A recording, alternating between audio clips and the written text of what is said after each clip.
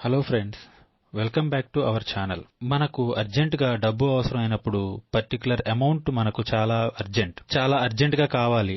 ఈ పరిహారం చాలా ఇంట్రెస్టింగ్ పరిహారం. ఈ పేరు చెప్పిన వెంటనే మీకు డబ్బు అనేది 1 గంటలో వచ్చి చేరుతుంది. చిన్న చిన్న అమౌంట్స్ 1 గంటలోనే వచ్చి చేరుతుంది. చాలా పవర్ఫుల్ రెమెడీ. ఎవరైతే లక్ష్మీదేవిని ఇష్టపడతారో వాళ్ళు ఒక చిన్న లైక్ చేయండి. మన ఛానల్ ని సబ్స్క్రైబ్ చేసుకోండి. ఈ పరిహారం చేయడానికి ఎటువంటి పూజ చేయవలసిన అవసరం లేదు. మంత్రం జపించవలసిన అవసరం లేదు.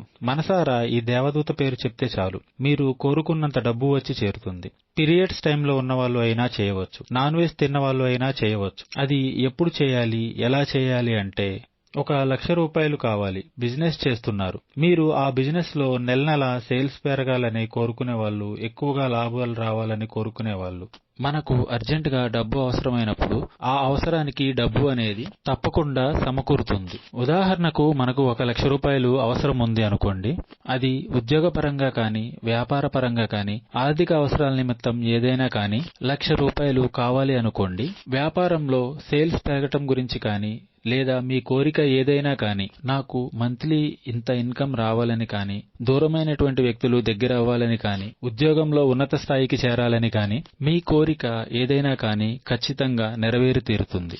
పర్టిక్యులర్ అమౌంట్ గాని, కోరిక గాని మనసులో అనుకొని ఈ దేవదూత యొక్క పేరు చెప్తే చాలు. ఒక 10 నిమిషాలు, ఒక 5 నిమిషాలు ఈ దేవదూత పేరు నీతిక నీతిక నీతిక అని ఒక 5 నిమిషాలు చెప్పండి. మీరు చక్కగా ప్రశాంతంగా కూర్చొని ఎటువంటి డిస్టర్బెన్స్ లేకుండా చెప్పండి. మార్నింగ్ ఒక 5 నిమిషాలు, ఆఫ్టర్నూన్ ఒక 5 నిమిషాలు, రాత్రి పడుకునే ముందు ఒక 5 నిమిషాలు. ఒక రోజులోనే మీకు డబ్బు అనేది వచ్చి చేరుతుంది. అవసరమైన డబ్బు వచ్చి చేరుతుంది.